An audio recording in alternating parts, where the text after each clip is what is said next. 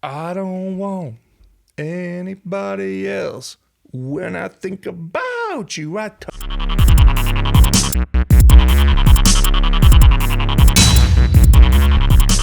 Hello and welcome to the Nerd Card. I'm Phil. I'm Chuck. And today we're going to be discussing Rick and Morty Season 6, Episode 3. Yeah. And it's a little bit of a weird one. A little weird, which is not unlike of. Yeah, it's not unlike Rick and Morty to be a little weird. I mean, last season they had a couple little weird ones. I mean, I'm thinking specifically of the first episode of Season 5 where you had the thrusting Submariner, is how I kind of think of him, or the thrusting Aquaman, whichever you prefer. You know, whatever. Same Either way, difference, same guy.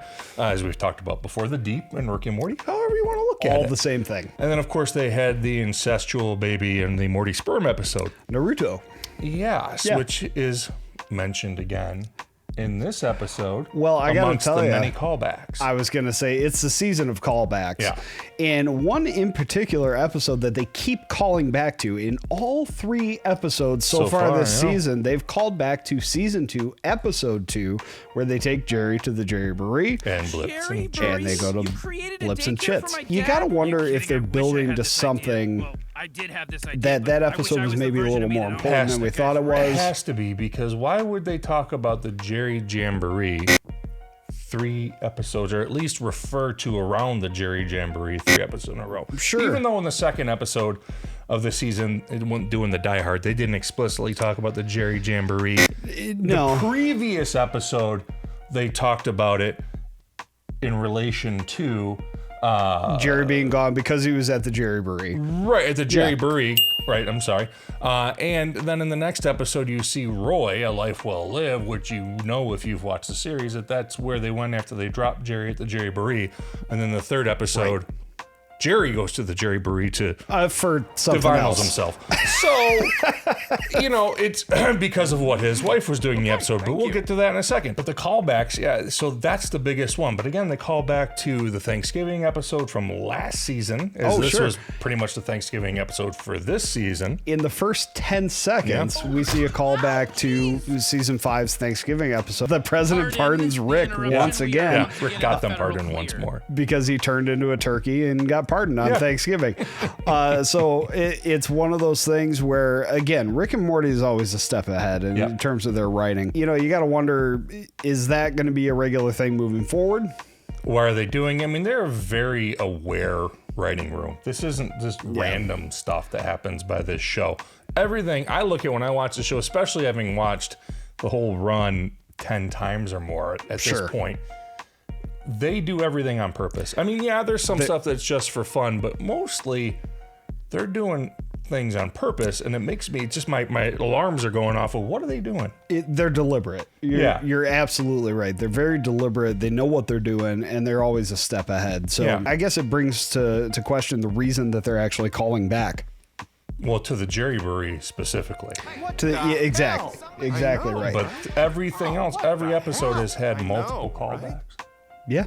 And this one was no different. Part of me thinks they're just doing it because a lot of complaints the last season was there was hardly any continuity, and it was all these different seemingly random episodes. So part of me thinks that Royland and Harmon just went, oh, okay, you want continuity with the last stuff? We're going to throw you continuity till you can't stand it. Right. And the very first thing they do is reboot the continuity. Right. With, other Beth. Right. Being there. Yeah. Which apparently she's gone now. She took off. Parmesan. And they say Parmesan now, which is whatever. That hasn't come into play yet. I'm surprised. I actually shocked that hasn't come into play yet. It'll happen. It'll happen. For sure. I know another one of the cool things that we both liked about the episode were the transitions. Oh, they're great. When both Summer and Morty find out about their moms being weird. Just say that. It freezes on their face, and then the surroundings change around them, and it happens to both of them. And it was very well done. I just appreciate it as a creator. Very well done. It struck me. It struck him as we were watching it. It's like, that was cool. That was really cool. I just like how they did it. It made for a fun episode. And of course, I guess you could really, in a weird way, make it again continuity between Summer and Morty's reaction to what they witnessed, because they witnessed the same thing. Certainly.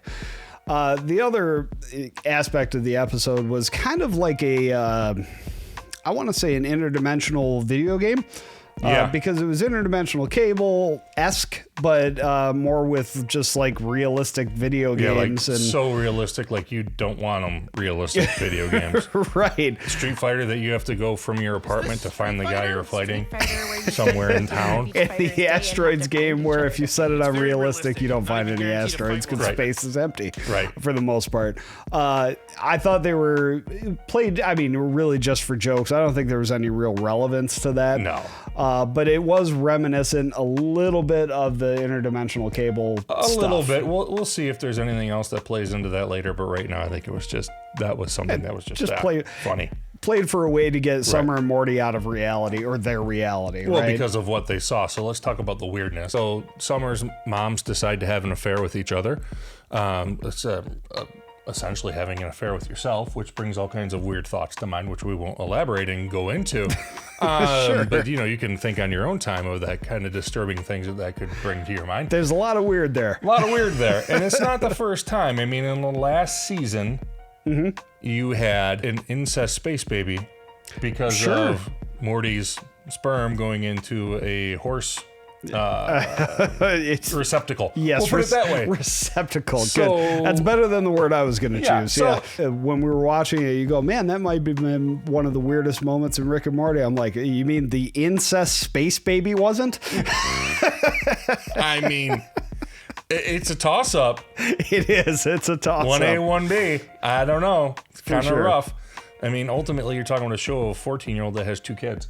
Yeah, absolutely. Gazorpa Zorp and Naruto. Yeah. I'm sorry, Morty Jr. Morty Jr. of Gazorpa Zorp. Human. Yes. And Naruto. And Naruto. An ancestral space baby. Yes. I think that's probably it, yeah. That's weird enough. It really is. Either way, I know I'm enjoying this season a lot more than I was season 5. I can't wait to see what's next. Rick and Morty's great. Yep. In the meantime, I would like to remind you to check us out on YouTube, Facebook, Instagram, Twitter, all of that good stuff. We are out there. Remember, likes are free. You can like the video for free. It doesn't cost you a penny. We want to know what you think in the comments below, and share us with all your nerd friends so they can join in the party as well. And with that, we will say, what's on your nerd card?